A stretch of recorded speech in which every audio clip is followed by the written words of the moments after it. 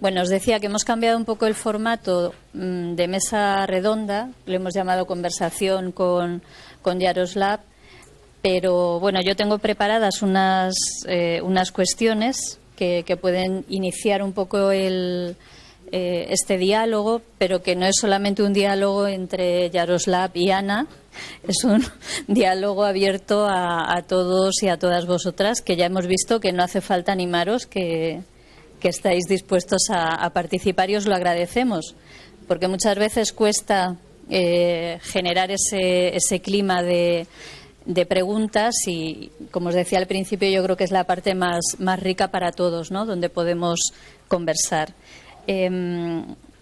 Gracias, Yaroslav, porque la exposición ya nos hablaba del potencial que tenía tu proyecto, pero escucharte a ti hablar de la exposición a mí me ha dado otra mirada más, he añadido más conocimiento a lo que ya había percibido durante la visita.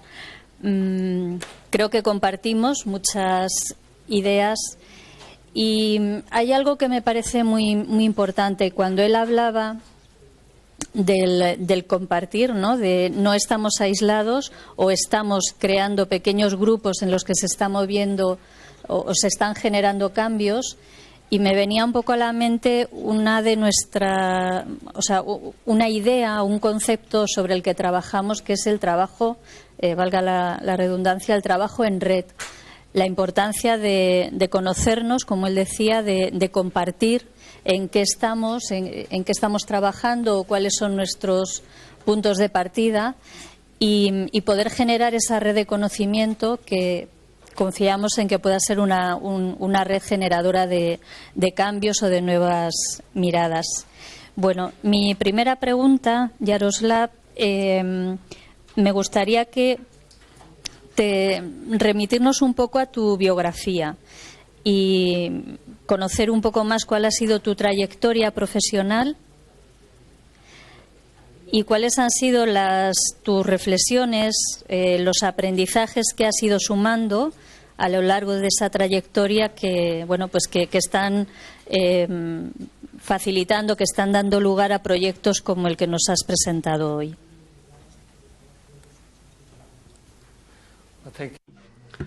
Bueno, muchas gracias por tu pregunta. En primer lugar, me gustaría decir que me gusta mucho la disposición de la sala. Me parece mucho más interesante que sentarme frente a vosotros, tener este tipo de formato jerárquico y autoritario. Me parece mucho mejor esta disposición más horizontal, cuando creo que tiene mucho más sentido y tiene mucho más que ver con la interacción que estamos pretendiendo generar. Creo que es un buen punto de partida. Como he dicho, yo llevo en el ámbito de las artes visuales muchos años ya, quizá demasiados, y creo que debería mencionar que estudié en dos escuelas distintas. Estudié Historia del Arte, pero también estudié en una escuela de cine, en aquellos estudios en los años 60 de la New Wave, y en aquel momento era muy difícil, o casi imposible, yo diría, estudiar en dos escuelas distintas al mismo tiempo. Solo era posible hacerlo en 1968 durante un breve periodo de liberalización, pero esa oportunidad se cerró posteriormente. De cualquier forma, lo que quería mencionar y lo que quería destacar era lo distinto que era el mundo en aquel momento. El mundo del arte contemporáneo estaba totalmente segmentado en distintas formas de arte. Por ejemplo, gente que eran fotógrafos, o que eran cineastas, o que eran pintores. Básicamente estaban aislados los unos de los otros. No había comunicación en absoluto entre ellos. Y creo que es un error. Pero al menos yo tenía esa sensación en aquel momento. Yo tenía la sensación de que cada uno de aquellos medios, cada uno de aquellos soportes, ya sea la pintura, la fotografía o cualquier otro, es un soporte que es algo que hay que utilizar. Así que desde mi punto de vista, los artistas debían tener o debían pensar sobre cada uno de esos soportes como herramientas y no como fines en sí mismos. Así que es alentador ver que 40 años más tarde las cosas han cambiado, la gente estudia Bellas Artes y luego puede a lo mejor cambiar de un soporte a otro, de fotografía a vídeo, etcétera, etcétera. Y creo que esto es muy sano, muy saludable para la industria. Para el sector, quiero decir, y además dirige nuestra atención hacia un periodo de modernidad. Cuando pensamos en qué consiste eso, pensamos en que había una especialización en aquella época. Lo más típico, los típicos protagonistas del arte, de la teoría del arte modernista, probablemente sería Clement Greenberg. Y lo que él decía básicamente era que el arte moderno era una reflexión, se reflejaba o era una reflexión sobre el propio medio, sobre el propio soporte. Eso era algo muy típico de aquella época, de la modernidad. Y no solo es aplicable al arte y a los artistas, sino yo creo que a cualquier campo, a cualquier disciplina. Pero evidentemente los años 70 fue el periodo en que todo empezó a cambiar y hubo este movimiento emergente que llamamos más bien en los años 80, que era el posmodernismo, que era esta crítica de la metanarrativa modernista. Evidentemente la posmodernidad tuvo sus propios problemas también, y ahora viéndolo desde la actualidad vemos que también tenía sus limitaciones, pero fue muy productivo en su momento. Y volviendo sobre mi carrera, yo me sentí un poco descolocado en cierto modo, porque me veía en una comunidad de fotógrafos, de cineastas, de artistas contemporáneos también, pero me resultaba difícil porque cada una de esas comunidades era una especie de gueto. Así que probablemente es una experiencia importante que determina mucho de lo que yo he vivido. Y la segunda experiencia, que quizá sea más importante, fue que cuando los tanques soviéticos entraron en Praga y se produjeron todos los cambios que acabaron produciéndose con un régimen neoestalinista, que nos hizo retroceder considerablemente, dado que yo había crecido en los años 60 y que yo veía esas libertades como algo que yo daba por sentado, en realidad no las cuestionaba en absoluto. No pude acostumbrarme a ese nuevo régimen de represión y de opresión, que no pudieras viajar, era muy difícil al menos viajar, no tenías acceso tampoco a literatura occidental, ni siquiera al cine occidental, etcétera, etcétera. Así que sin duda para mí fue muy difícil adaptarme y ajustarme a eso, y fui incapaz, así que al final acabé emigrando a Estados Unidos, que fue un proceso también difícil para mí, pero bueno, lo hice en 1982, me fui a Nueva York. Y luego, evidentemente, nadie pensaba que la Guerra Fría fuera a terminar, esta división entre el este y el oeste fuera a terminar, pero de hecho acabó terminando, y luego se inició otro proceso también muy interesante. Quiero recordar lo que ocurrió en 2007. El Consejo de Europa inició un proyecto que tenía como finalidad pensar Europa en su conjunto, no como Europa occidental y Europa del Este, que evidentemente es el resultado de la Guerra Fría, sino pensar en Europa en su conjunto y pensar qué significa Europa. El Consejo de Europa invitó a artistas, a críticos, a teóricos a celebrar un taller para debatir esta cuestión. Y fue una experiencia muy curiosa, porque no había ningún tipo de intercambio. Lo único que había eran monólogos de personas de Occidente que hablaban de su experiencia y gente del Este que hablaba de la suya. Yo sentí que estaba como un intérprete en aquel grupo, porque yo tenía la experiencia de ambos mundos, porque había vivido, ya vivía por aquel entonces en Nueva York y tenía mi pasado, mi infancia en Europa del Este, así que conocía muy bien cómo era la sensación de crecer en la Europa de la Europa del Este, la Europa comunista. Para mí fue una experiencia importante porque es algo que sigue estando presente en todos nosotros. Nosotros vemos esta división que permanece entre los países poscomunistas, por ejemplo, la respuesta a los refugiados, y estoy hablando evidentemente de una forma más general, no me quiero centrar en grupos o en países específicos.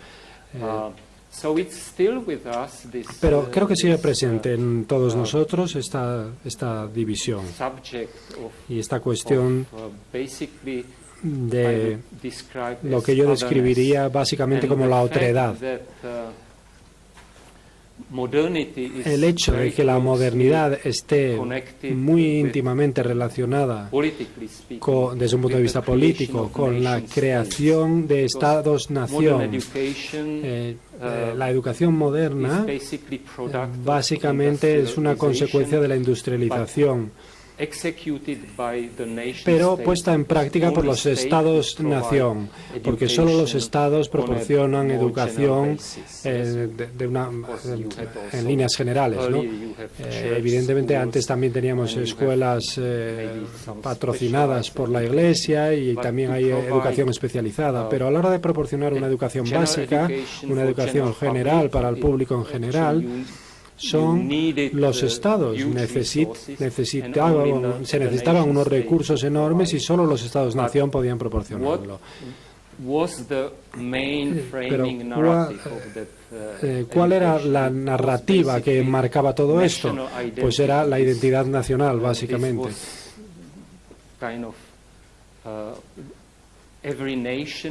Cada nación tiene su propia historia mítica o mitológica y basándonos en estos mitos, cada uno creaba su identidad. Lo que apuntala toda esta identidad nacional es la noción o el concepto del otro. En toda esta historia definimos los momentos históricos decisivos de liberación, emancipación, etcétera, mediante la lucha contra otros, alguna potencia que nos domina. A menudo puede ser el vecino, en nuestro caso, en el caso de España, por ejemplo, puede haber sido Francia el rey de Bohemia, la monarquía de los Habsburgo, etcétera, las entidades políticas alemanas de habla alemana o los Habsburgos o la posterior Alemania. Y eso ocurrió básicamente en todos los países europeos de una manera o de otra. Así que realmente es el patrimonio que todos hemos heredado y es un patrimonio o una herencia muy problemática, porque si pensamos en las implicaciones que tiene, genera conflictos. Vemos a los otros como un potencial enemigo.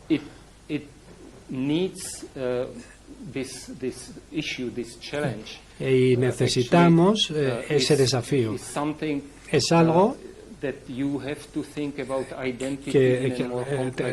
que yo creo que deberíamos pensar en la identidad o concebir la identidad como algo más complejo. Es una identidad plural. El hecho no es que seamos checos o rusos o españoles.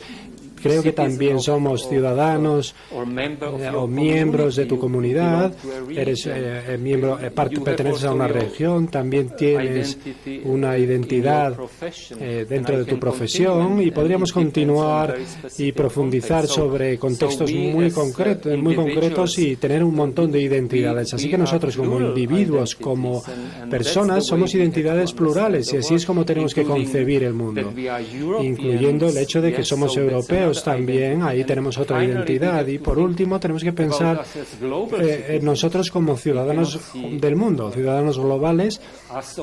No podemos vernos exclusivamente como que representamos una única nación o una entidad política. Básicamente, eso lo que al final genera son conflictos y, en último término, guerras. Así que ese es también, en cierto modo, nuestro patrimonio, nuestra herencia de la modernidad. Y si no abordamos este patrimonio desde una perspectiva crítica, podríamos estar en riesgo de incurrir de nuevo en los mismos errores y tener guerras en el futuro. Yo creo que podemos ver síntomas a día de hoy de esta evolución. He hablado de 1930, que exactamente se predicaba sobre estos mismos principios de la confrontación con un enemigo. Yo creo que ahora hay algunas evoluciones paralelas que realmente deberían asustarnos. Es muy general todo lo que estoy diciendo. Es un marco histórico muy general, pero creo que tenemos que ser conscientes de esto. Así que, volviendo a la cuestión de ser un especialista, por un lado, que es consecuencia de la modernización y que, por cierto, también es consecuencia de una cierta necesidad, pero al mismo tiempo también tenemos una conciencia de un contexto más amplio, de lo que yo hablo o denomino transdisciplinariedad. No solo interdisciplinariedad. La interdisciplinariedad significa que somos básicamente estamos trabajando estrechamente conjuntamente con una persona de otro campo, pero seguimos, no pensamos o no cuestionamos premisas de nuestro propio campo, de nuestra propia disciplina. Pero cuando hablamos de la transdisciplinariedad, estamos pensando no solamente en nuestro propio campo, en nuestra propia educación, sino que pensamos también qué implica todo eso en lo que respecta a lo que significa ser, por ejemplo, ciudadanos. Si yo soy un científico, por ejemplo, en un campo muy concreto, yo qué sé, ingeniería genética, no significa exclusivamente que yo estoy especializado en encontrar un nuevo gen o mapear el código genético, sino que yo también tengo que pensar qué cuestiones plantea, qué implicaciones tiene mis investigaciones y mis descubrimientos, qué implicaciones podrían tener en términos éticos. Porque de repente eso nos hace plantearnos las instituciones, las nociones que tenemos sobre la ética. Así que creo que los científicos deberían ser capaces y deberían ser, por tanto, educados para poder ser mentes críticas, para que puedan comunicar sus experiencias y que sean también capaces de debatir esos temas que afectan a los ciudadanos. Y esto es también cierto de cualquier profesión, se puede decir de cualquier profesión, también los artistas se ven afectados por ello. Si hablábamos antes de los artistas modernistas o modernos, la idea era que teníamos que reflexionar sobre las especificidades de nuestro medio, de nuestro soporte. Pero ahora, volviendo la vista atrás, vemos que esa es una visión demasiado de miras demasiado estrechas, porque se construye sobre algo que es mucho más amplio y mucho más esencial. Y si no lo concebimos así, si no lo pensamos de esa manera, podríamos vernos empujados a afrontar desafíos de los que no tenemos ni idea.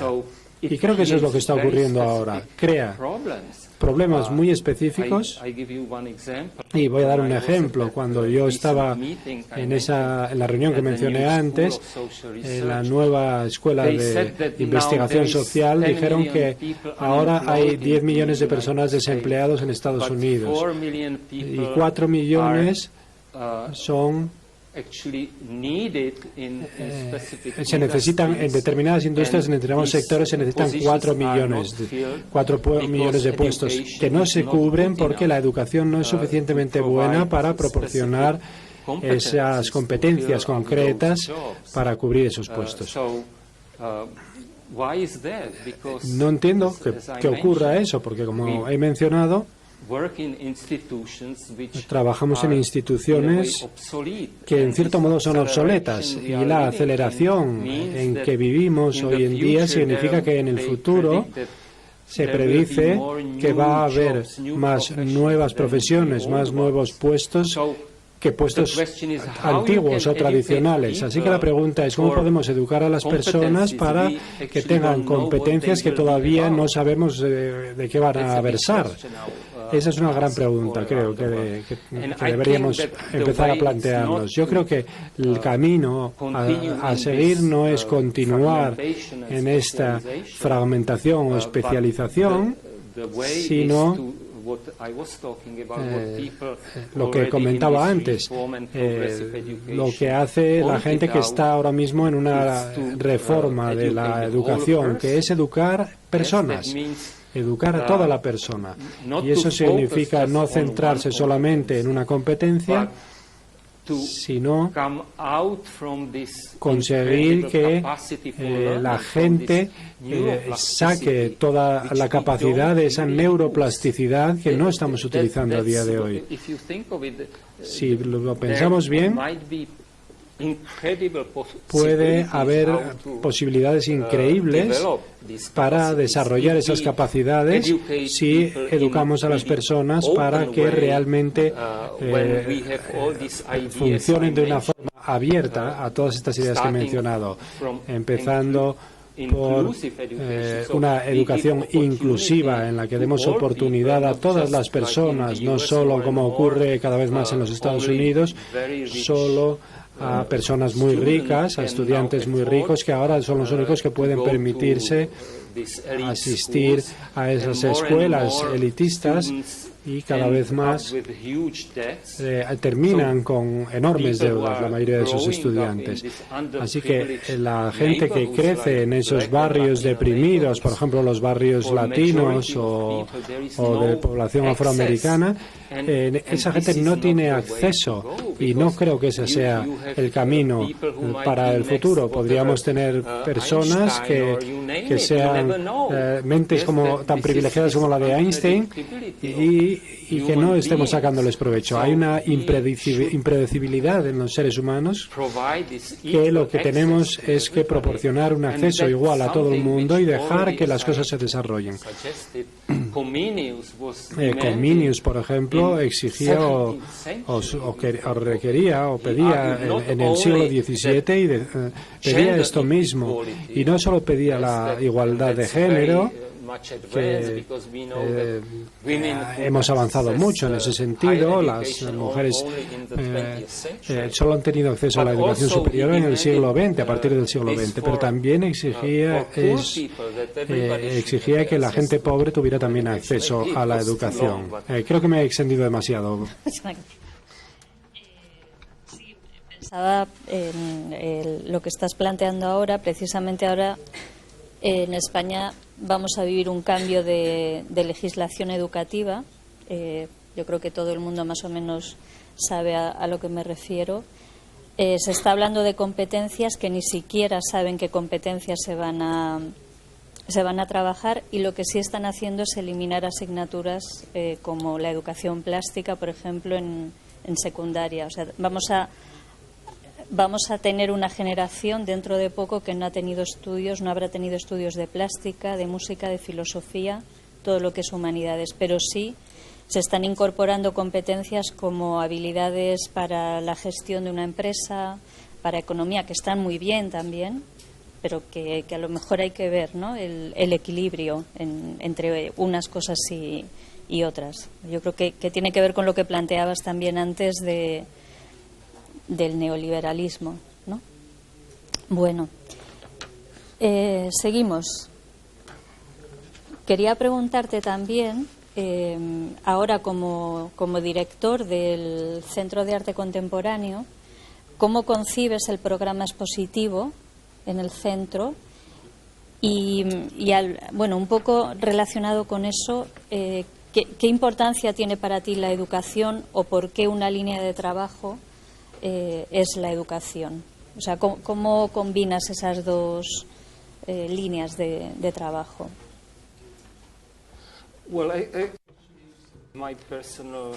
Bueno, yo creo que mi historia personal aquí es muy relevante o es muy típica también de cuál es la situación que hemos vivido.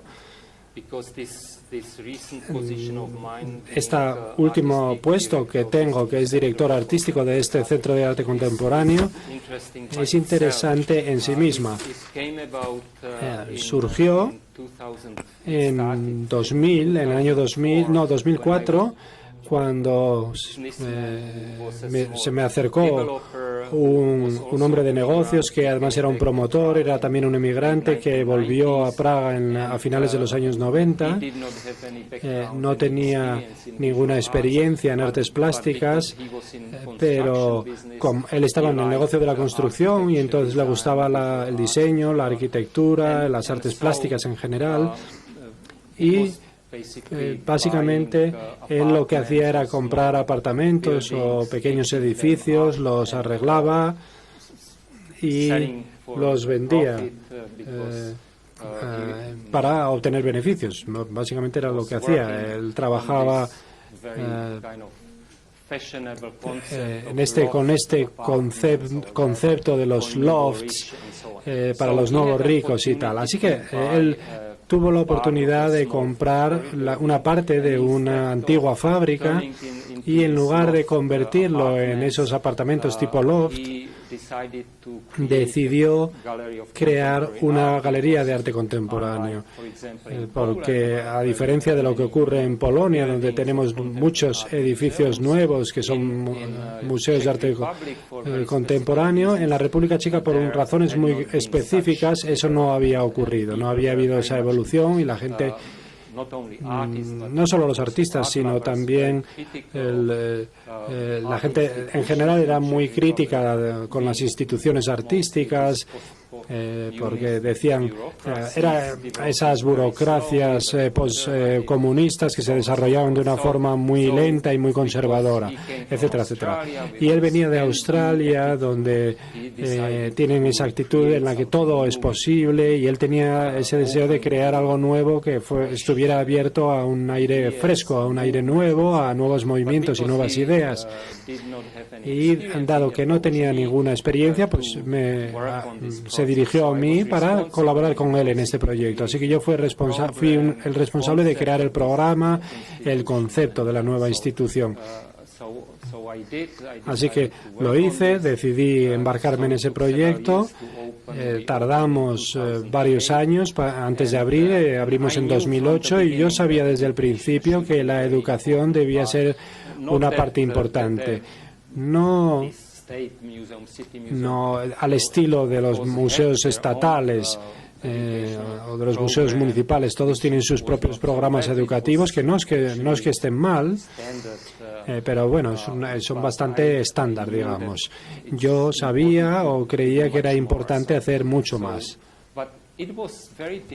Pero me resultó muy difícil encontrar gente competente, adecuada para ese tipo de puesto, porque si uno está en la República Checa y trabaja en el campo de la educación y del arte, básicamente lo que tenías, si buscabas, era el estándar. Y desde mi punto de vista, el estándar no era suficiente. Mi idea no era simplemente tener lo que hacen la mayoría de los museos, ¿no? Mi idea era más bien salir a buscar comunidades concretas para introducir formatos más participativos. No sé, ahora es bastante más común, bastante más habitual, pero por aquel entonces no existía ese tipo de institución en la República Checa. Y evidentemente esa era una de las múltiples tareas que nos proponíamos. Así que tardamos un tiempo tiempo en hacerlo, mientras organizábamos una retrospectiva de artistas famosos como Douglas Golden. Pero bueno, yo mencioné ese nuevo concepto de la educación como campo crítico y decisivo. Partiendo de eso, paso a paso fui llegando a lo que tenemos ahora. Cada vez me fui dando más cuenta de lo importante que era la educación, y para mí ahora lo es más todavía de lo que pensaba en aquel momento. Así que desarrollé esta idea hace aproximadamente 3 años, de trabajar con un compañero que es responsable de los aspectos financieros de la institución. Al principio fue complicado y resultó que era una cuestión de como si dijéramos, de contender, ¿no? De enfrentarnos. Él tenía una posición de fuerza porque era el que manejaba el dinero y comenzó a interferir con la programación, y básicamente venía y decía, no, esta idea no, y al final decidí dejar esa institución porque necesitaba encontrar alguna otra organización a escala mundial donde pudiera desarrollar ese concepto. Para mí no es una cuestión local, es una cuestión más bien global, así que por eso tampoco me importaba pasar a un plano más internacional, y más o menos ese fue el desarrollo. Pero vamos, yo diría que paso a paso me he vuelto cada vez más escéptico en lo que respecta a las grandes instituciones artísticas como los grandes museos, la Tate Modern o el que queráis, el Museo de Arte Moderno, lo que queráis, porque todos ellos son muy similares en su forma de funcionar, son grandes máquinas de hacer dinero y están gobernados de acuerdo con unos principios muy distintos a los que yo aspiro. Así que yo no creo que el cambio vaya a venir de esas instituciones.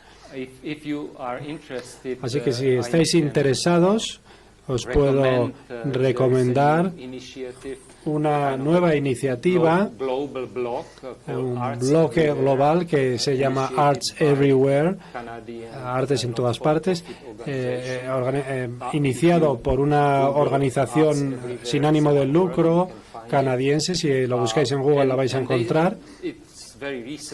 Y ha empezado hace solo un par de meses, es muy nuevo, pero a través de amigos comunes se dirigieron a mí para organizar uno de estos bloques globales, y la tarea consistía en encontrar 10 personas que respondieran a una pregunta que me tenía que ocurrir a mí, y esas 10 personas que contestaran de distintas partes del mundo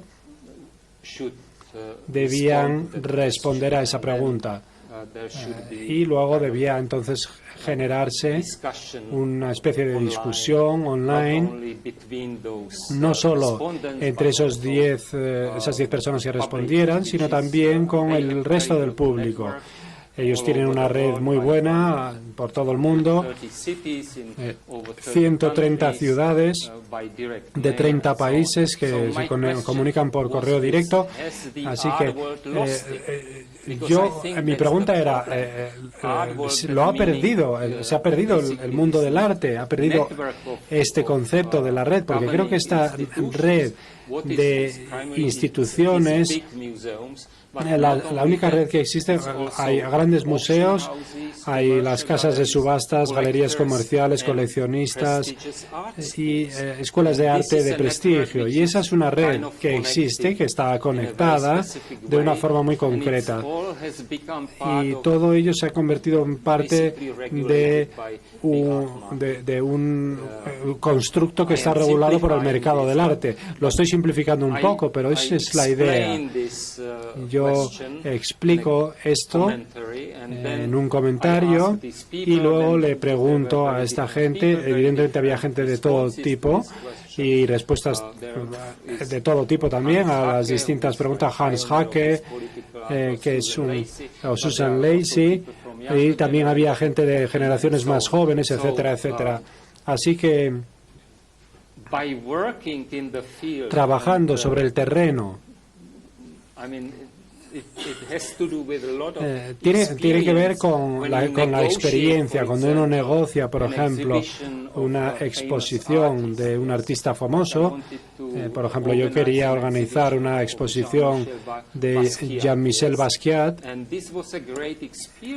y fue una experiencia extraordinaria porque descubrí que para tener acceso a préstamos de este artista, de las distintas colecciones existentes, era imposible si no tenemos detrás grandes apoyos financieros, grandes instituciones como la Tate Modern o lo que sea. Este tipo de estructura detrás, este tipo de jerarquía. ¿Por qué? Porque todos estos coleccionistas privados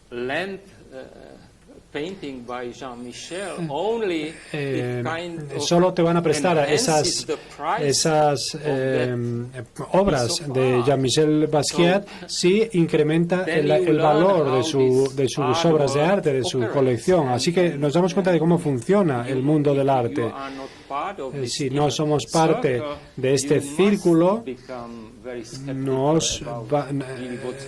tenemos que ser muy escépticos en lo que respecta a lo que ocurre tras esas puertas cerradas. Así que no es solamente libertad, democracia y todas esas cosas, sino que es algo acerca de algo mayor: dinero, poder, prestigio, etcétera.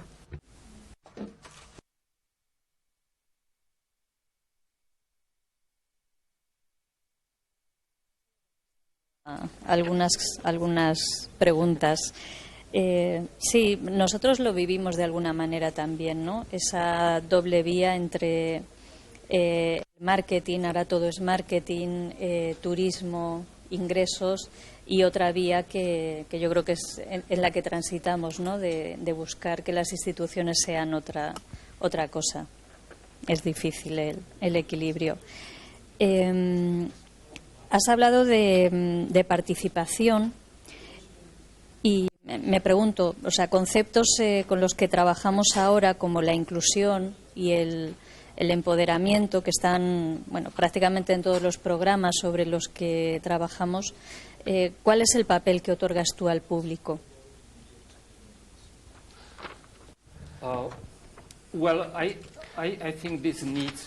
Bueno, pues yo creo que esto habría que meterlo en contexto, porque hay que verlo caso por caso.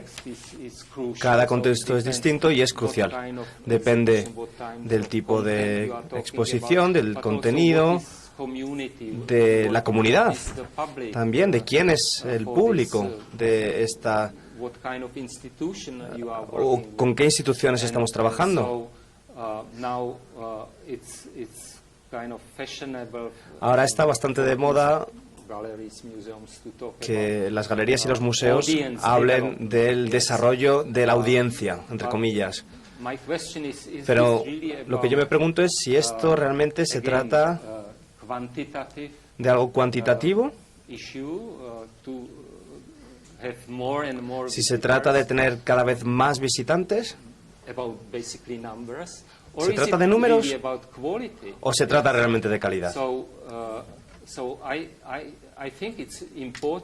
Y yo creo que es importante que construyamos y desarrollamos instituciones que sean más inclusivas, porque muchos de estos museos son o bien para las élites o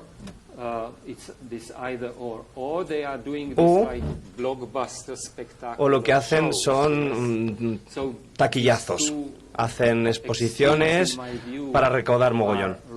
Entonces, a mí esto me parece que es una solución inadecuada al problema, porque se está obrando en contra del objetivo original de un museo. Creo que es muy importante que si la gente con la que quieres trabajar no viene a tu institución, pues porque, no sé, por muchas razones, Entonces tienes que averiguar por qué.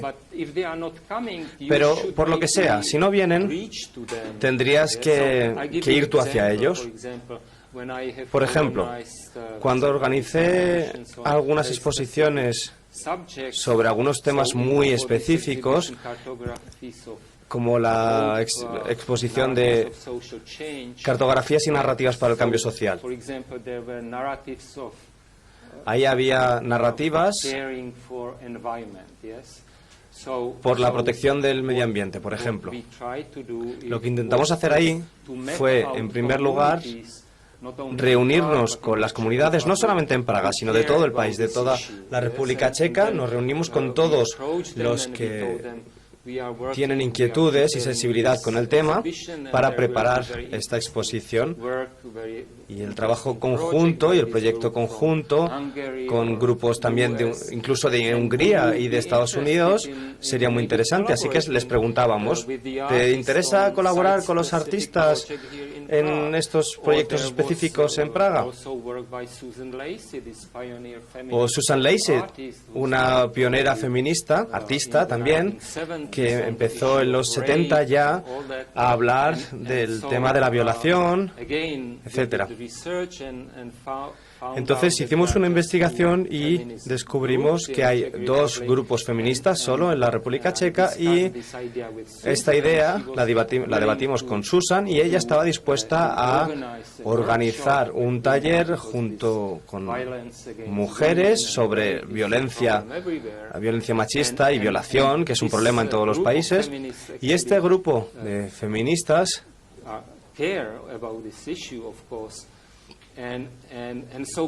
a ellas les importa este asunto, por supuesto. Entonces les preguntamos si estaban dispuestas a trabajar con Susan en la organización del taller. Y esto es simplemente un ejemplo de todo lo que se puede hacer. Eso va a depender del contenido, de la comunidad.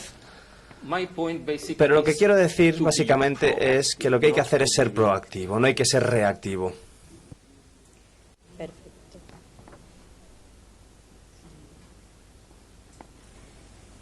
¿Desde qué lugares crees que pueden surgir las narrativas en los museos y en las exposiciones? Hablábamos antes de lo legítimo. ¿Tú crees que hay discursos más legítimos que otros?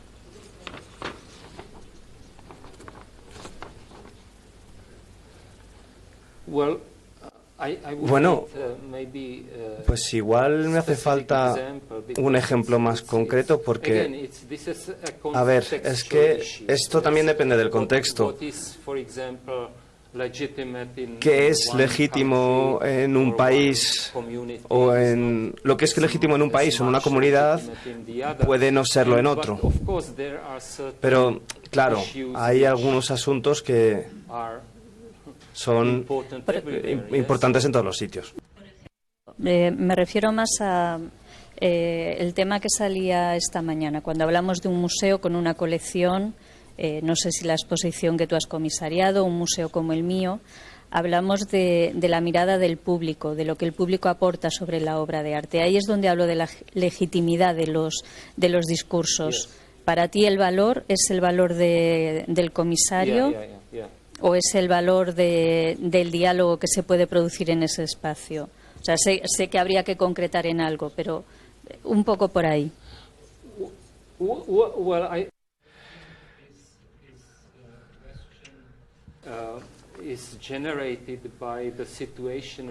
Yo creo que esta idea la tendríamos que tratar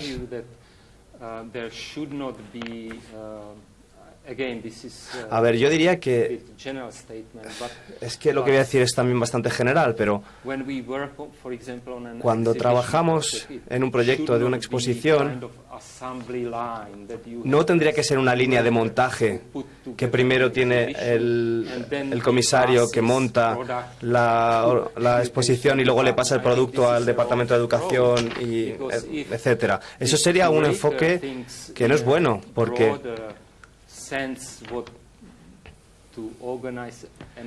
bueno, el comisario organiza, pero eso quiere decir que piensa también en los aspectos de educación y pregunta a los educadores y a los departamentos de educación y les pide que también trabajen con esas ideas desde el principio, que desde el primer momento haya un debate, que se hagan preguntas y después que se cree un formato que tenga unos contenidos sensatos y razonables. Entonces, ni siquiera habría que hacer esa pregunta, porque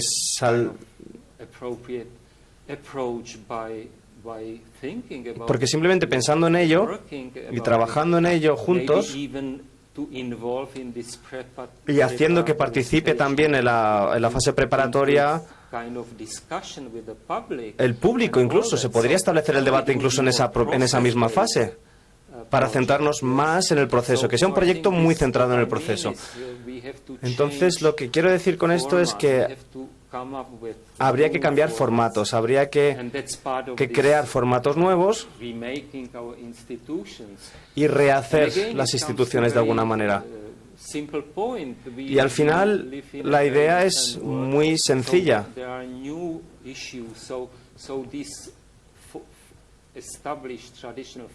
Estos formatos establecidos tradicionales están bien, pero están bien para ciertas cosas.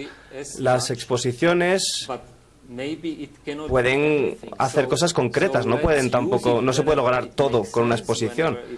Entonces,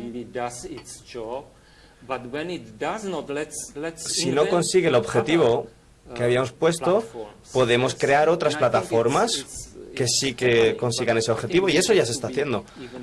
Tenemos que comprometernos más todavía en el proceso de experimentación con distintos formatos.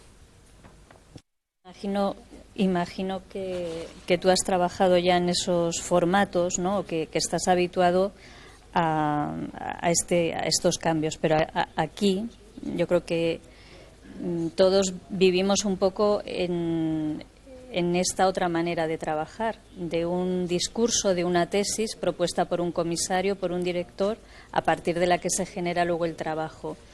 Y quizá el éxito de la exposición que tú estás planteando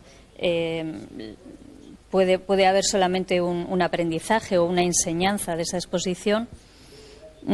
Aquí seguimos viendo cómo las exposiciones se miden por el número de visitantes.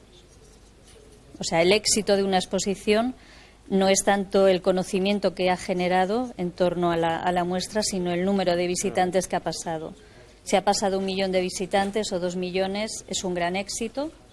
Si han pasado 30.000, que a lo mejor se ha producido mucho conocimiento, pero no es un éxito de exposición. Entonces, bueno. Sí que es un problema.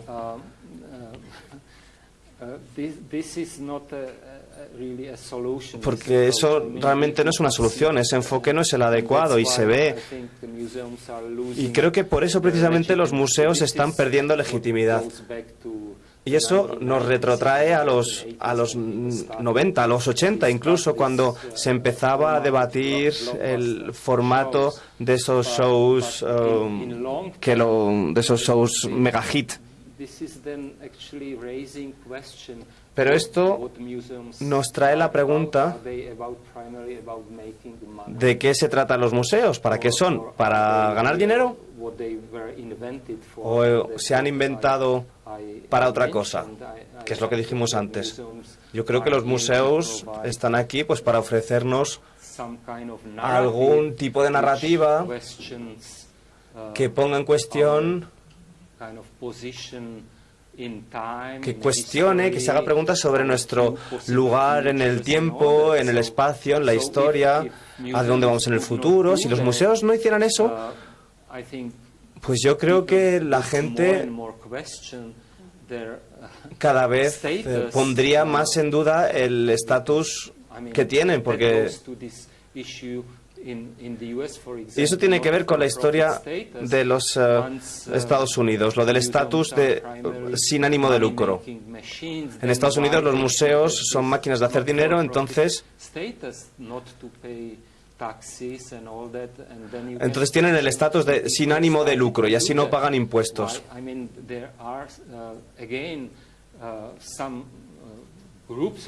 Hay grupos de personas que se benefician de este tipo de estructura. Y, por supuesto, son ricos, pero esa rebaja fiscal no solamente debería beneficiar a los ricos, sino a otros también. Eso es lo que quiero decir. El problema es ese cortoplacismo, porque hay que mirar mucho más allá de las instituciones culturales.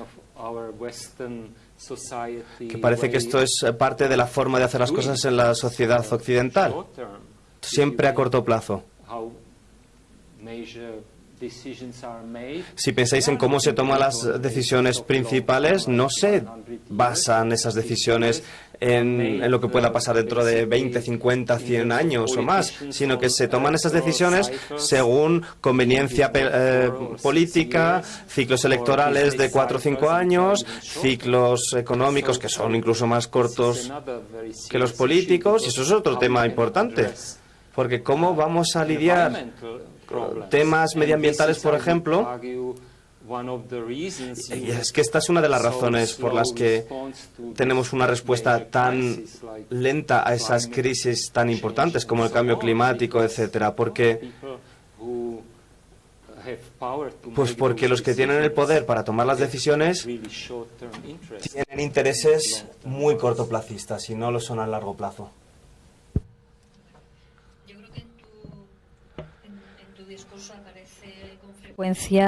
La situación política. ¿Cómo es de importante para ti? Estoy pensando, por ejemplo, tienes un proyecto en Islandia también que abordaba la crisis, ¿no? La crisis económica en Islandia. Es un vídeo hecho por ti.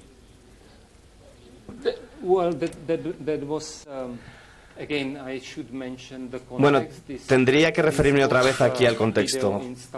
Era una instalación de vídeo que consistía en entrevistas grabadas en vídeo a personas que habían tenido un papel muy importante en la redacción de la nueva Constitución islandesa. Por supuesto, esto ocurrió después de esta gran crisis y después el nuevo gobierno permitió este proceso constituyente. Así que todas las ciudades de Islandia podían participar en el proceso, lo cual no tiene precedente en la historia de la humanidad, porque siempre las constituciones han sido creadas por un grupo de élites muy reducido, que suelen ser abogados, por supuesto,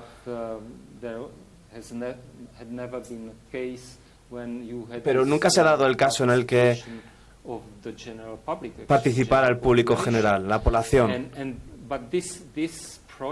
Y este proyecto se presentó en un marco mucho más grande de modos de democracia. Bueno, debería describirlo un poco para que os hagáis una idea. Se trataba de dos ideas. Una primera, que es que en la sociedad contemporánea hay un desarrollo de problemática para asuntos como, por ejemplo, la vigilancia. Por ejemplo, la nueva tecnología nos ha permitido algo que no existía antes, que es el gran hermano te está observando a escala sin precedentes. Yo organicé esta exposición cuando acababa de ocurrir esto, cuando nos enteramos de todo esto con Snowden y todo aquello. Entonces, en aquel momento estaba todo muy reciente, estaba muy fresco y yo me acerqué a algunos artistas como Yola Portres, Aaron Farocki, que trabajaban con estos temas, y ese era un gran proyecto. Ese era un proyecto, pero también quería mostrar otras historias. Historias que fueran sugerentes y positivas, que inspiraran, que fueran casi modelos de comportamiento. Y esa historia de Islandia, Icelandic Story, es ese ejemplo. Pero además había otra idea, la idea de la escala, que también es importante, yo creo, porque cuenta mucho si estamos hablando de una pequeña escala, si estás en un lugar pequeño, en un país pequeño, no es lo mismo que una perspectiva global, así que las dinámicas también son distintas. Y a mí me pareció que era importante que reflexionáramos sobre ello también. Así que bueno, seleccionamos distintos casos, distintas historias, y cada uno de ellos representaría a una escala. Islandia representaba la escala de un país, aunque sea un país pequeñito, pero sí, sigue siendo un país, no obstante. Así que, y así lo hicimos a distintas escalas. Era una historia muy compleja y la enmarcación, el tema del marco, el tema marco era cómo deberíamos entender la democracia. Generalmente, tradicionalmente hemos tenido esta democracia, entre comillas, representativa, en contraposición a la democracia directa. Ahora hay muchísimos otros conceptos. Hay democracia electrónica, democracia hay un montón. Así que esto también fue una manera de poner en papel todo ese pensamiento que se había hecho sobre las distintas prácticas democráticas. Creo que si queréis, puede ser momento también de que planteéis preguntas y igual derivemos hacia otro tema que os puede interesar también. ¿Queréis preguntar?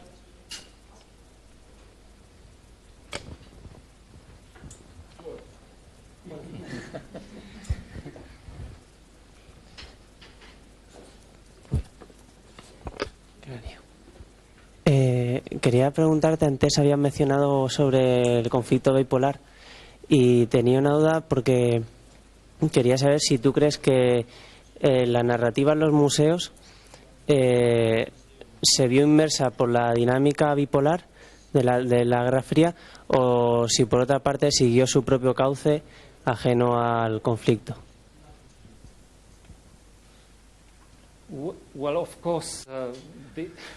Bueno, pues claro que ese contexto era un contexto general, era un mundo bipolar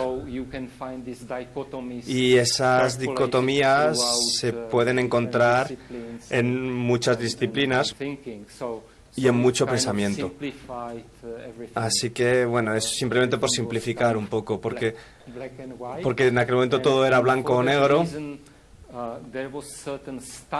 Y bueno, había algunas características estáticas del mundo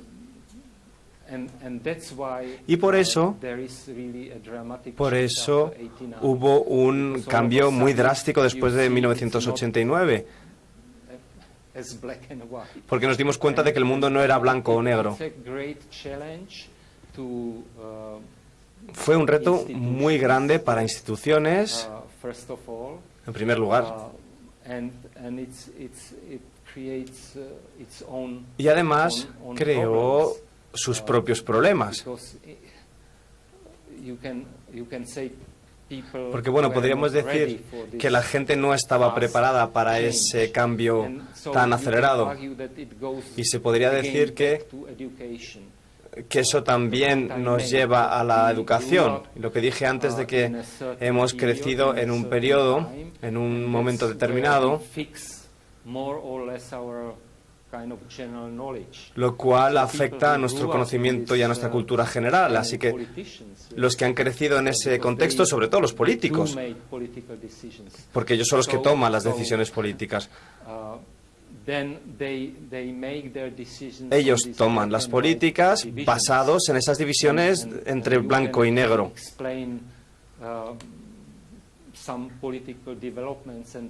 Y el desarrollo político, las dinámicas políticas muchas veces se pueden explicar si tenemos esto muy en cuenta. Así que estoy completamente de acuerdo con que sí, que esto ha afectado y mucho. Y de hecho yo utilizo esta idea en la narrativa de esta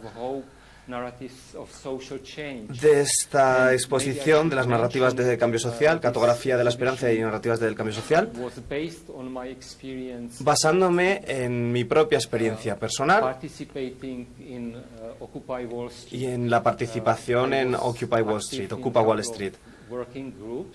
Formé parte de grupos de trabajo y uno de esos grupos organizaba hackatones.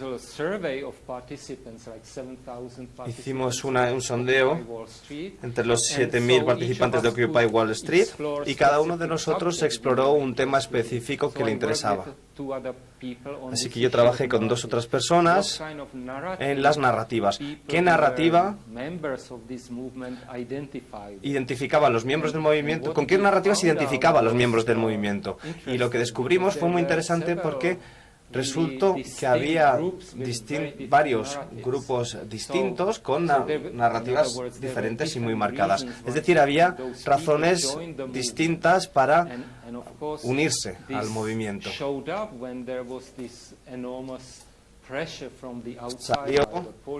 Salió a la luz cuando había presión desde el exterior y había presión de la policía, de unos de otros, y ese movimiento, igual que pasó en España, empezó a disiparse. Es interesante si comparamos el 15M con Occupy Wall Street.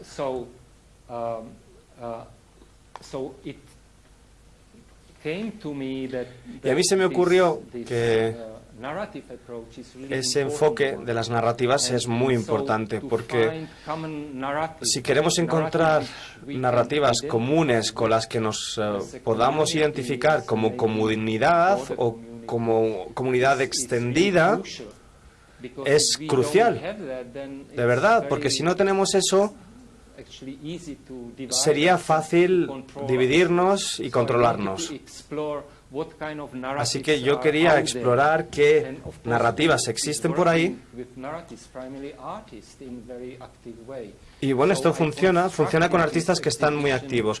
Lo que hicimos fue concebir esta exposición con una estructura de narrativas. Se nos ocurrió un plan o un esquema con 4 etapas de desarrollo. El primero era change, cambio. Y eso es a lo que te refieres tú, ¿no? Con esa dicotomía entre blanco y negro, ese mundo bipolar. De repente, con este cambio, era un cambio drástico, muchos cambios muy rápidos.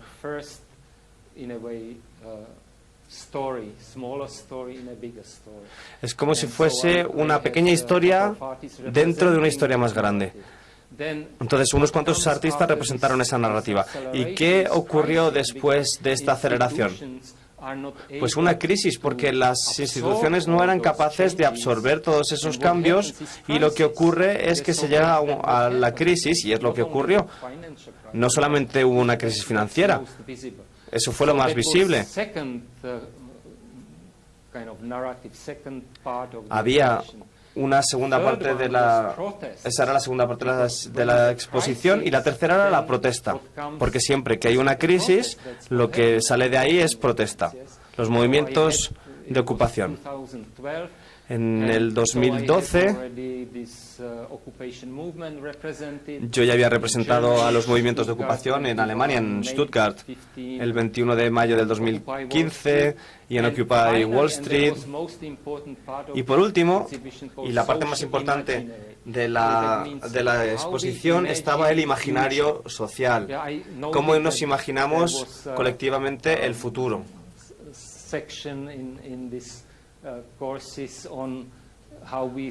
Hay un seminario en estos cursos ahora mismo que es ¿qué es lo que pensamos de Podemos? Y es un seminario sobre el futuro, pues era algo parecido.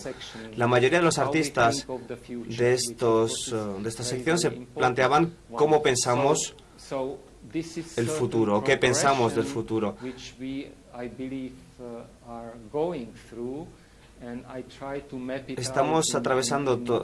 atravesamos todas estas fases y yo intenté mapearlo en la exposición. Creo que esto es un proceso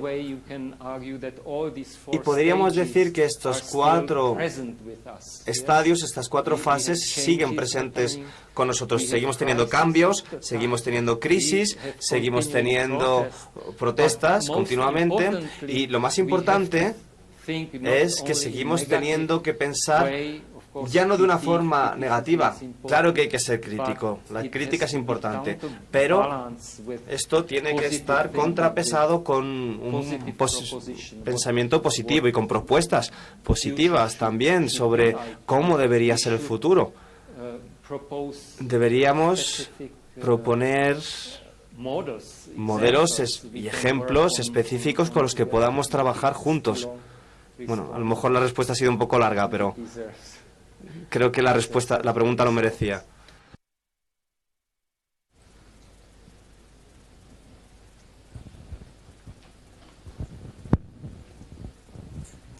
Hola, yo quería haceros una pregunta a ambos, y es que hemos hablado durante todo el día del público y de cómo éste tiene que participar en la exposición y cómo la narrativa tiene que hacer partícipe al público.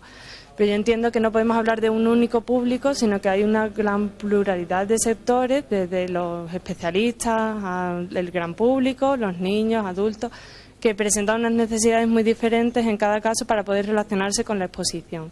Y yo me preguntaba si se podía plantear una narrativa que diera respuesta pues, de forma global a cada uno de estos sectores, si era posible y cómo lo haríais.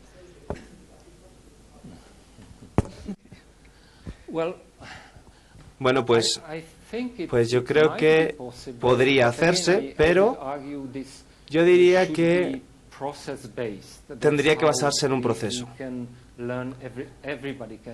Y así es como todos pueden aprender. Creo que esto es importante. Es un principio fundamental e importante, que no hay una separación real entre aprendizaje y enseñanza. Es todo una única cosa. Así que cuando haces algo así, cuando haces algo, no solamente estás enseñando, estás aprendiendo también. Y se aprende en conjunto, colaborando con estos distintos grupos. Así que yo diría que eso es el primer paso, aprender de todos esos grupos y ver qué piensan ellos del tema. Y así es como todo el mundo puede aprender.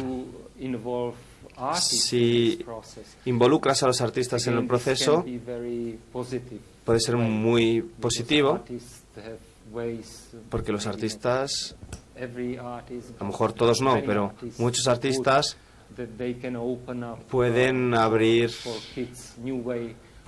nuevas vías para los niños, por ejemplo, de percibir las cosas y de nuevas maneras de pensar. No hay una receta para esto, claro, pero sí que cada vez es más importante que pensemos cómo va este proceso, cómo lidiamos con el proceso. Primero el proceso y después el resultado vendrá de forma muy natural.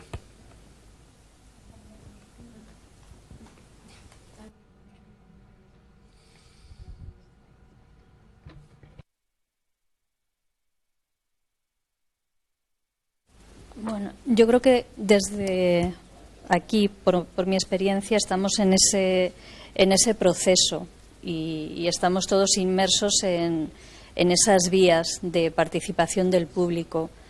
Yo creo que a partir de los proyectos y de preguntar a nuestros públicos, porque estoy contigo, no es un público, yo siempre pienso que cada persona que entra en el museo es un público, es un perfil de público, en ir trabajando en esa dirección.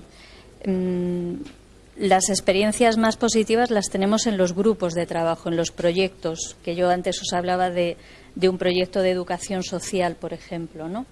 Es por ahí por donde estamos experimentando ahora y trabajando en esas narrativas.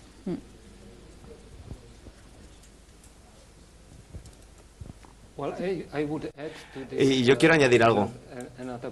Quiero añadir una cosa que es verdad y estoy de acuerdo con que hay distintos públicos y tenemos que tenerlo en cuenta. Pero también, al mismo tiempo, diría que cada uno de nosotros es toda una tribu de individuos y un montón de identidades distintas. Así que no somos algo fijo, somos algo que evoluciona, que deviene. Hay cosas que sí, que están dadas, pero hay muchísima apertura. Y hay distintas experiencias que a veces se contradicen unas a otras. Y de hecho,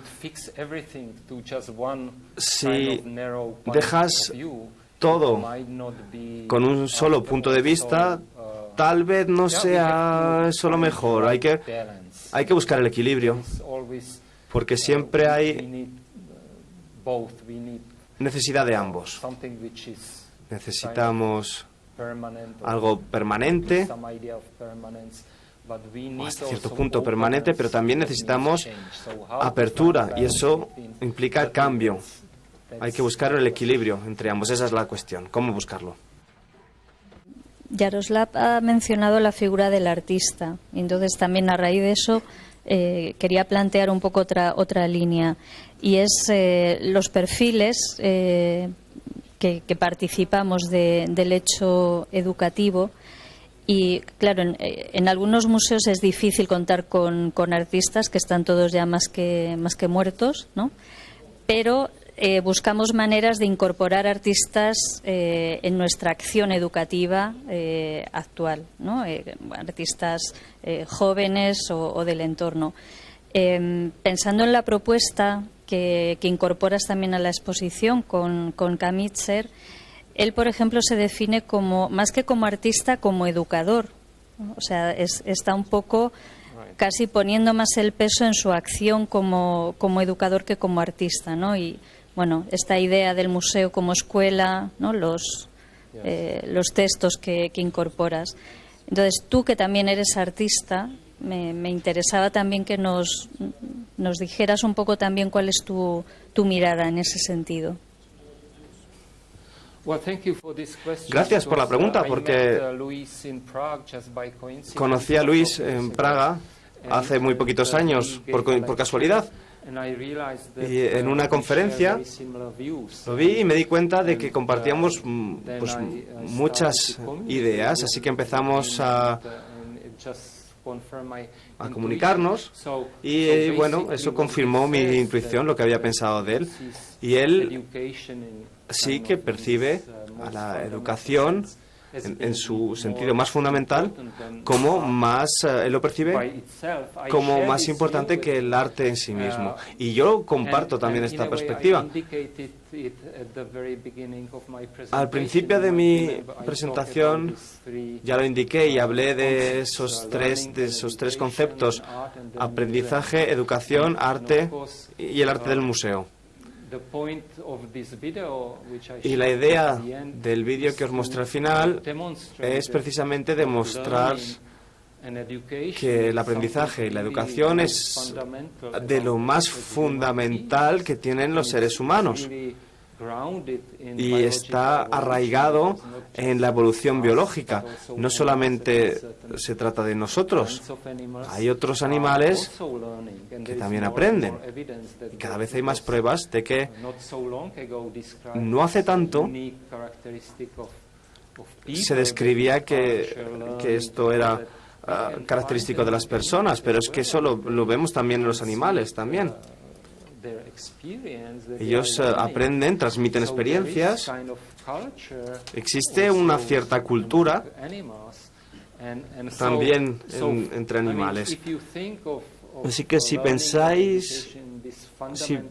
pensamos que la pedagogía, el aprendizaje, la educación son fundamentales, pues eso nos da un enfoque, una perspectiva completamente nueva del arte, los museos, las escuelas o de lo que queráis. Y además puedes incluir muchas disciplinas, puedes incluir neurociencia, puedes incluir tecnología, puedes ver cómo esas disciplinas tan especializadas tienen también un enfoque mucho más amplio. Y No con todo el mundo, pero hay veces cuando hablas con gente de tecnología, de ciencia, les gusta. Les gusta esa idea y eso es lo que he estado intentando hacer yo precisamente y es muy alentador descubrir que hay científicos que de verdad les gusta hablar de esto, les gusta establecer un diálogo y yo creo que tenemos que tener más intercambios de este tipo, más actividades así para crear nuevas plataformas y creo que eso puede ayudar a que cambiemos las instituciones.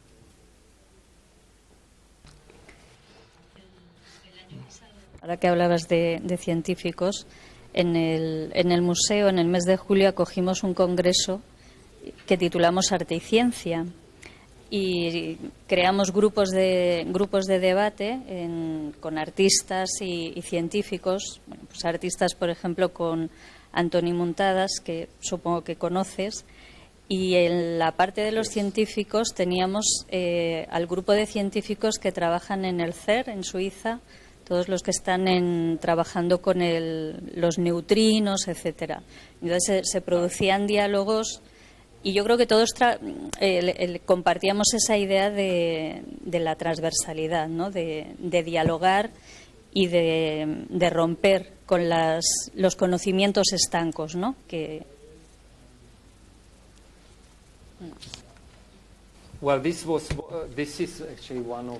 Sí, esta es de hecho una de mis áreas de interés, el arte y la ciencia y el diálogo que mantienen. Y tengo que decir que no es una tarea fácil en absoluto, porque la mayoría de los eventos en los que participo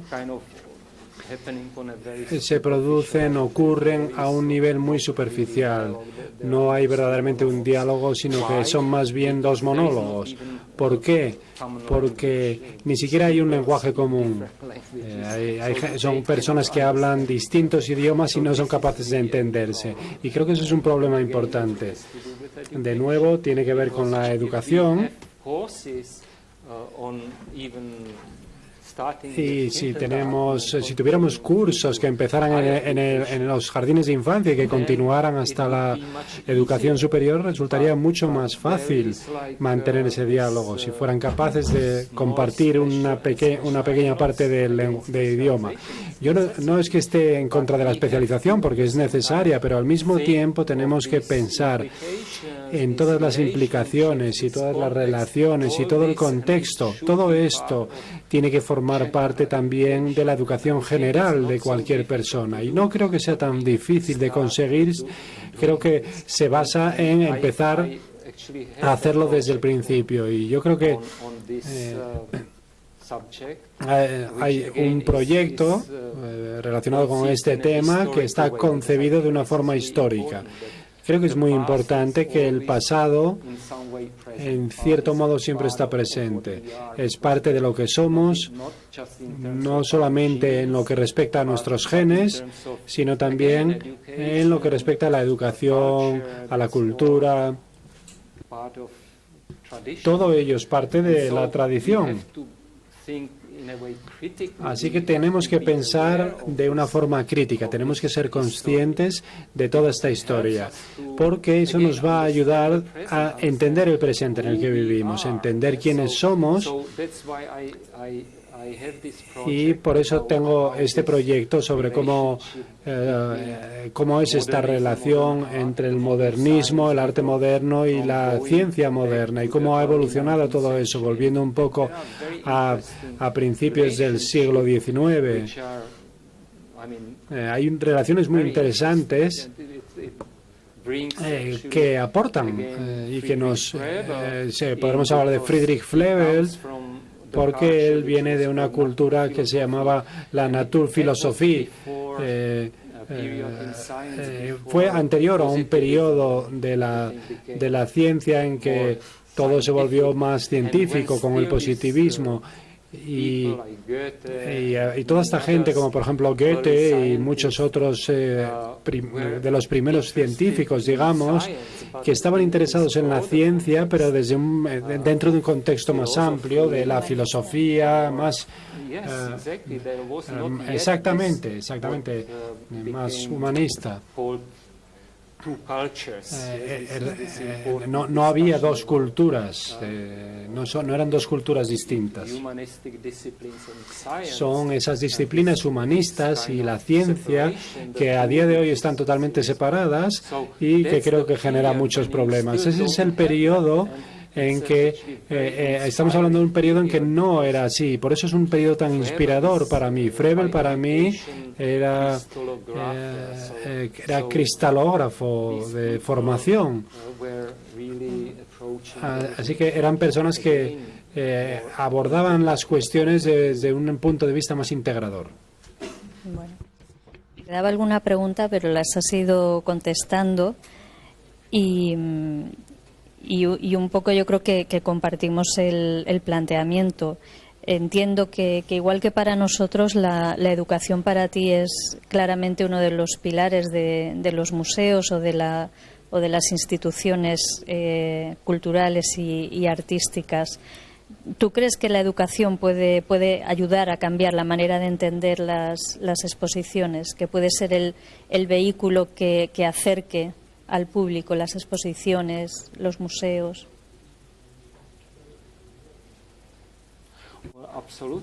Sin duda, y por eso es por lo que he organizado esta exposición.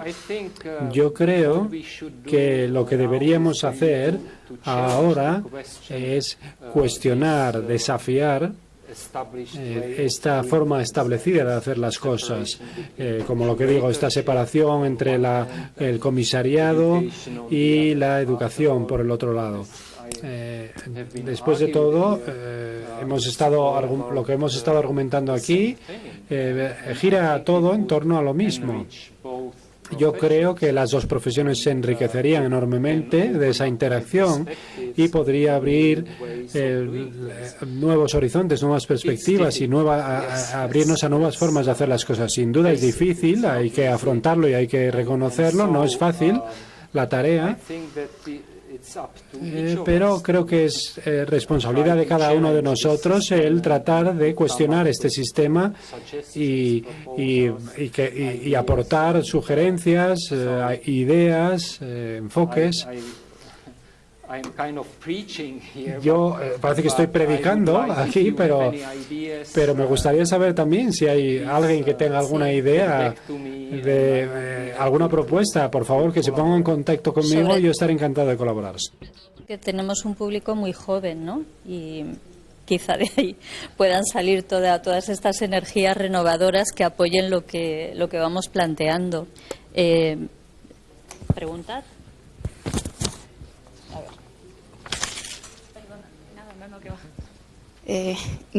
Yo quería, como estábamos hablando, bueno, habéis estado hablando antes de que no se puede, o que como hay muchas narrativas y muchos tipos de público, no siempre es fácil acercarse a los diferentes que hay. Como hay tantos, ¿no sería también una idea de cuando una institución no es capaz de alcanzar algún público por el motivo que sea, extender los lazos con otras instituciones para poder decir, bueno, yo estoy intentando acercarme a este colectivo o a este grupo de gente, pero no tengo ese conocimiento, esa capacidad por lo que sea, porque el mío es de arte y no consigo hacer que les interese, pero entonces a lo mejor involucrando a uno de ciencias, pues uniendo las dos, o de ciencias o de otro tipo de arte también, porque también podemos hablar de arte, de tantos tipos de arte que pueden ser, a unos les gusta más unos u otros. Esa conexión con otra gente, ampliarlo para alcanzar al mayor grupo posible, aunque no sea solo a través de tu institución, sino que sean combinaciones de otras instituciones. Gracias. Yo creo que la palabra red me la habéis oído ya muchas veces, y red en todos los sentidos, por nuestra experiencia. De la misma manera que para plantear un programa didáctico para la escuela dialogamos con el docente, de la misma manera nos dirigimos a otros entornos del saber. Como tú dices, sabemos de historia del arte o de educación, pero yo hay temas que desconozco. Por ejemplo, en el mundo de la discapacidad, pues no soy profesional, o hemos hablado de violencia de género, o sea, no solamente la parte social, ¿no? O de jóvenes, sin ir más lejos. Yo creo que los saltos generacionales cada vez son más grandes, ¿no? Entonces tienes que acercarte al público. Yo creo que esa es la tendencia, acercarnos al público y sumar el conocimiento. Y red no solamente de personas, o sea, aquí es una institución y el entorno. Estamos empezando a trabajar en red con otras instituciones y, en el fondo, a mí hay algo que me parece interesante también, y es que no tiene que ver con las capacidades económicas de las instituciones, sino con unirnos para sacar adelante determinados proyectos. O sea, muchas veces no es una cuestión de presupuestos y de dinero para sacar adelante los proyectos, sino de establecer esas redes de trabajo y compartir conocimiento, experiencia o posibilidades. Y en el caso del proyecto Nosotras en Red, que bueno, no os lo voy a contar en detalle, lo podéis ver en web, ahí estamos colaborando con la red de museos de Lugo, por ejemplo, y con un grupo de artistas. Entonces estamos compartiendo también la propuesta y lo que se está generando. Yo creo que es una de las vías más claras de avance, desde mi punto de vista. Bueno, si yo puedo decir mi opinión, es sin duda lo que yo pienso. De nuevo, he de recalcar que no es fácil en absoluto. Hay instituciones que hacen de guardianes en realidad y no tienen gran voluntad de colaborar, de compartir.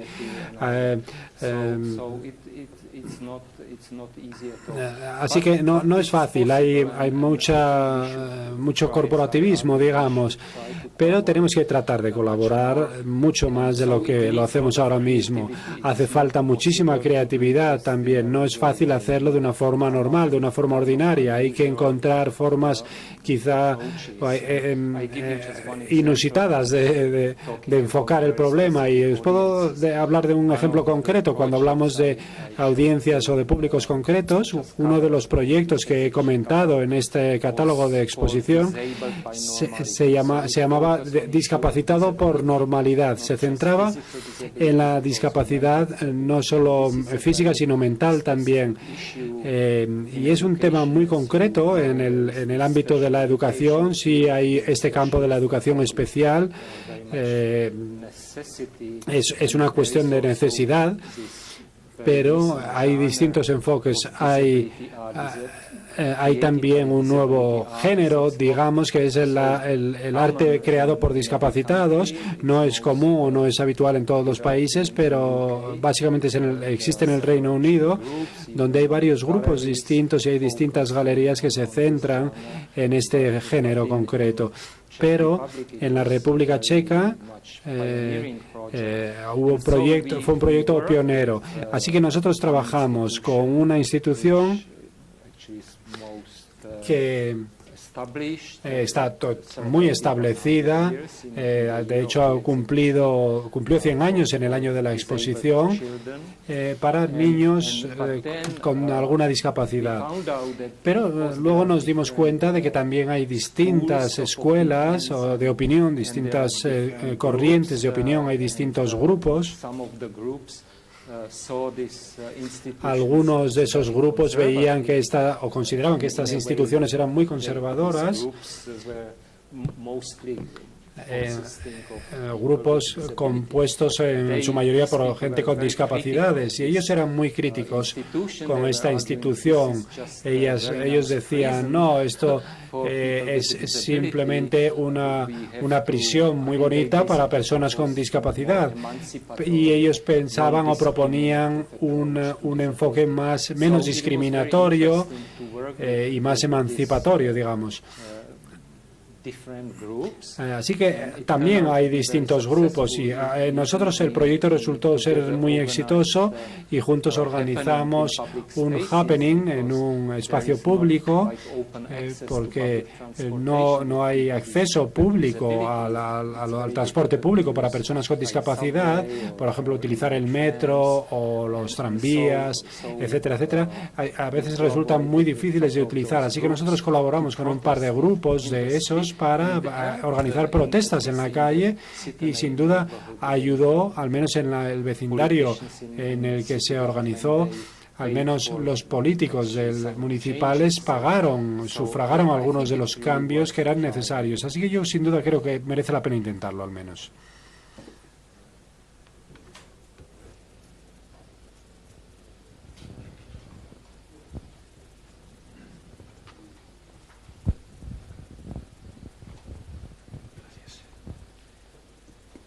Pienso que tal vez alguno de los problemas que podríamos tener en todo esto es que nosotros como especie, la raza humana, somos, digamos, tremendamente inteligentes. No olvidemos que hace unos pocos miles de años todavía nos pegábamos con otros animales para coger un trozo de comida.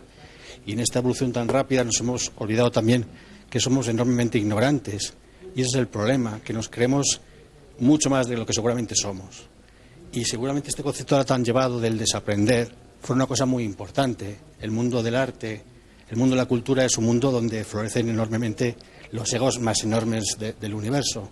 Y creemos que sabemos muchísimas cosas, muchas más de las que sabemos. Y pensamos, ¿cómo es posible que no seamos capaces de...? Porque somos muy, muy ignorantes y no nos damos cuenta de ello.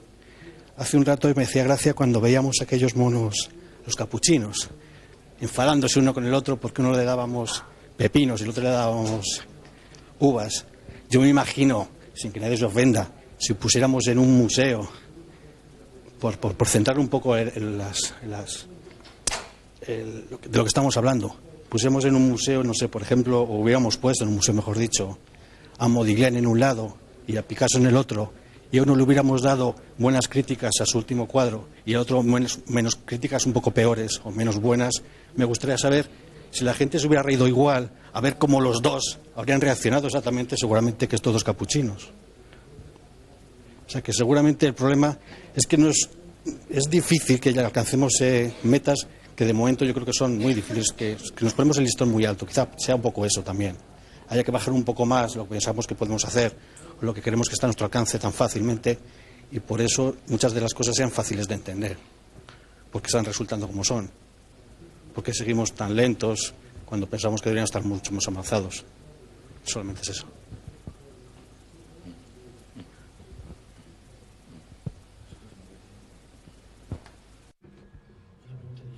Si os parece bien, perdón por traer el tema un poquito al ámbito más prosaico, ¿no? del mercado, del entorno, del conjunto del ámbito del proceso artístico.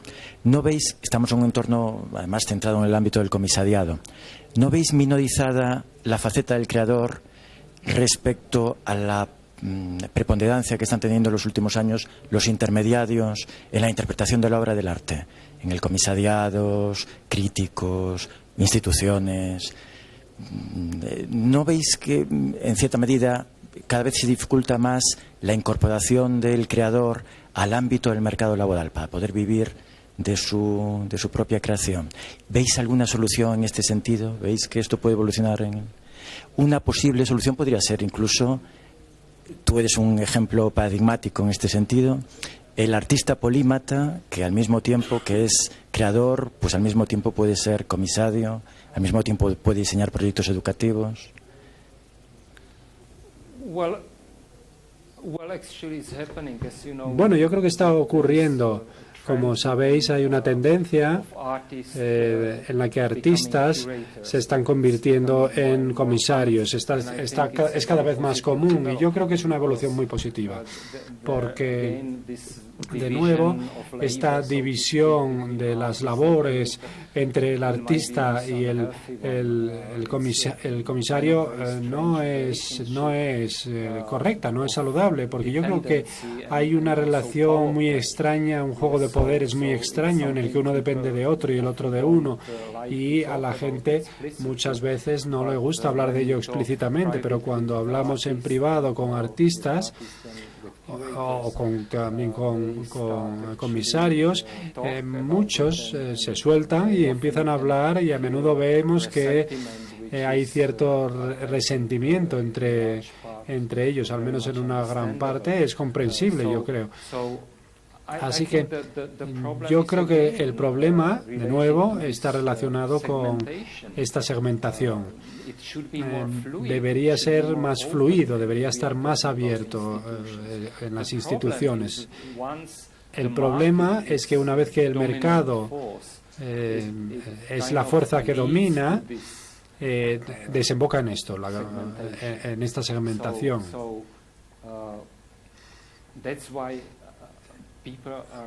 Por eso la gente está empezando a rebelarse contra las instituciones. Encontramos estudiantes de arte, de escuelas muy prestigiosas, que dejan las escuelas, que se ponen en huelga. Ya ha habido casos, por ejemplo, en San Diego recientemente, en Estados Unidos. Ha habido otros casos, por ejemplo, en el Reino Unido, donde estudiantes simplemente dejan las escuelas y establecen y fundan sus propias escuelas. ¿Por qué? Porque pagan una cantidad enorme de dinero por su educación y su formación y cuestionan la calidad de esa educación, porque de nuevo está basada en un sistema, en un star system de las instituciones, y vienen las estrellas una vez al año y se presentan allí a hablarnos, y ellos han pagado una cantidad de dinero enorme por eso, y las escuelas están creando esta ilusión para los estudiantes, transmitiéndoles que pueden triunfar en el mercado, que realmente no tiene sentido. Es un porcentaje ínfimo de los artistas los que consiguen. Y yo creo que eso es algo que ha sido creado por un grupo muy pequeño de personas. Ha habido investigaciones recientemente que dicen que el mercado del arte mundial está controlado por tan solo unas pocas galerías. Así que yo creo que en este sentido estos problemas están totalmente interrelacionados, pero también puedo responder a la pregunta sobre nosotros como especie. Yo estoy de acuerdo en que son cuestiones muy fundamentales. Si nosotros quizás somos capaces de manejar o de utilizar ese poder que se nos ha dado, que nos han conferido la tecnología y la ciencia. Esa pregunta ya se planteó a finales del siglo XIX por parte de Friedrich Nietzsche. No podemos separar la ciencia y la tecnología de la ética. Y eso es lo que está ocurriendo en realidad. Por desgracia, hay un contraargumento contra lo que tú estás diciendo sobre esta aceleración de la tecnología. En cierto modo, nosotros estamos configurados o cableados de esa manera. La evolución de la humanidad, cualquier invento que nos permita hacer algo de forma más rápida va a ser adoptado inmediatamente y difundido y extendido. Desde el principio estamos, en cierto modo, programados para esto, para concebirlo así. Yo estoy de acuerdo en que es una pregunta fundamental que no se plantea en absoluto y que está íntimamente relacionada con otro problema que tampoco se mencionó hoy, pero que es muy importante. Y es cuál es nuestra posición en relación con la naturaleza. Muy a menudo en el lenguaje, en las narrativas, en las instituciones, tenemos unas premisas que nos separan de la naturaleza, que nos plantean que somos maestros de la naturaleza, que somos los dueños, los amos de la naturaleza. Lo tenemos las tecnologías, incluso en el lenguaje. Los movimientos medioambientales utilizan el eslogan salvar el planeta. Es decir, ya en ese eslogan, ¿cómo vamos a salvar nosotros el planeta? Esto es una afirmación ridícula. Al planeta no le importamos ni lo más mínimo. Nosotros estamos aquí, no sé, llevamos cientos, llevamos unos millones de años o unos años que el planeta realmente para él no somos nada. Así que es justo al revés. Nosotros somos parte de la naturaleza. Somos básicamente un producto de millones de años de evolución, así que deberíamos vernos a nosotros mismos de esa manera. Y por desgracia, cuando miramos o cuando analizamos las principales narrativas y el lenguaje que utilizamos, encontramos justo lo contrario, que somos los amos del universo, que no tiene ningún sentido, pero es así. Así que yo diría que esto también es una parte muy importante de la educación, que deberíamos abordar desde el principio. Deberíamos realmente desde el kindergarten empezar a discutir estas cuestiones de una forma crítica. De lo contrario, lo que vamos a hacer es crear cada vez más y más conflictos. Y de nuevo, volviendo a Friedrich Froebel y su obra Naturphilosophie, era una época en que el mundo se veía a la humanidad y la naturaleza como por lo menos como parte de un todo, como con una interrelación y desde un punto de vista más holístico.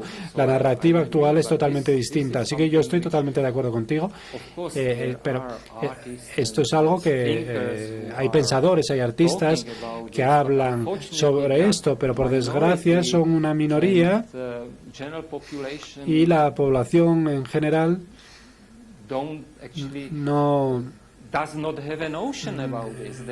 tiene un concepto ni una idea, una opinión sobre esto, simplemente se dejan influir por los medios de comunicación de masas, la propaganda de los políticos y demás.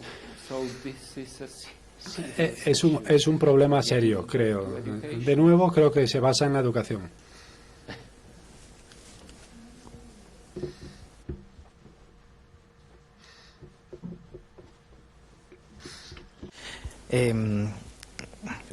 Te quería comentar, tal vez lo has comentado y si es así te pido disculpas porque a lo mejor me he despistado, pero volviendo a la exposición que has comisariado y que has organizado en Reykjavik, no me queda muy claro el papel que ha tenido el equipo de educación del museo en todo el proceso, si ha estado en algún momento también en la toma de decisiones, o si, por el contrario, aunque no haya estado en esa toma de decisiones, sí que tenía un papel activo a la hora de dinamizar, a la hora de trabajar los discursos generados en la exposición, bien para reafirmarlos o incluso para, en un momento dado, para hacer contranarrativas, ¿no? Sí, gracias por tu pregunta. Sí, he mencionado esta idea que tuve hace aproximadamente un año, que tengo que agradecer al director que dijo deberías empezar a hablar del proyecto con el personal, así que lo hice. Dije, bueno, esto no es un formato normal de exposición, está basado en este concepto de la participación. Expliqué todo esto y deberíamos empezar un año antes juntos a trabajar con las comunidades. Yo incluso me reuní antes porque estaba interesado en el tema y establecí algunos contactos a través de amigos, me reuní con algunos de los artistas, incluso con profesores, y pasé algunos de esos nombres a los miembros del personal del museo y les dije, estas personas están muy interesadas en el proyecto, podemos colaborar con ellos, son escuelas, etcétera, y ellos dijeron, bueno, sí, estamos entusiasmados y tal, pero luego no ocurrió nada en realidad. Y ese es el problema que tenemos. Hay gente buena, gente con buenas intenciones, gente interesada en el proyecto, pero la forma en que funcionan los museos es como una línea de montaje en una fábrica, y ese es el problema, porque si a uno se le ocurre algo nuevo, algo distinto, que supone un cambio en el proceso, ellos no están acostumbrados, y aunque les guste, en cierto modo les complica las cosas. Y como están sometidos a mucha presión, tienen que producir, tienen poco personal, tienen que producir muchas exposiciones distintas, etcétera, etcétera, se plantea el problema y creo que hay otro problema que también contribuyó, que fue un cambio en la dirección. El director con el que empezamos a colaborar se fue a otro proyecto, llevaba demasiado tiempo ahí, así que tuvo que dejar ese puesto y pasar a otro museo. Así que ese proceso de transición llevó varios meses y básicamente lo que hicieron fue no responder a mis correos. Así que al final yo dije, bueno, hemos perdido unos cuantos meses, vamos a posponer la inauguración. Y dijeron, no, ya está programado, tenemos que terminarlo en 3 meses. Así que lo que ocurrió es, básicamente estuvieron muy contentos con la muestra, muy activos, organizaron talleres, etcétera, etcétera, invitaron a varias instituciones de enseñanza superior. El día después de la inauguración organizaron también una conferencia de un día y grupos de debate, etcétera, una cosa parecida a esta, muy interesante, muy animada y muy participativa, todo bien, pero lo que yo quería hacer no llegó a producirse por varias razones.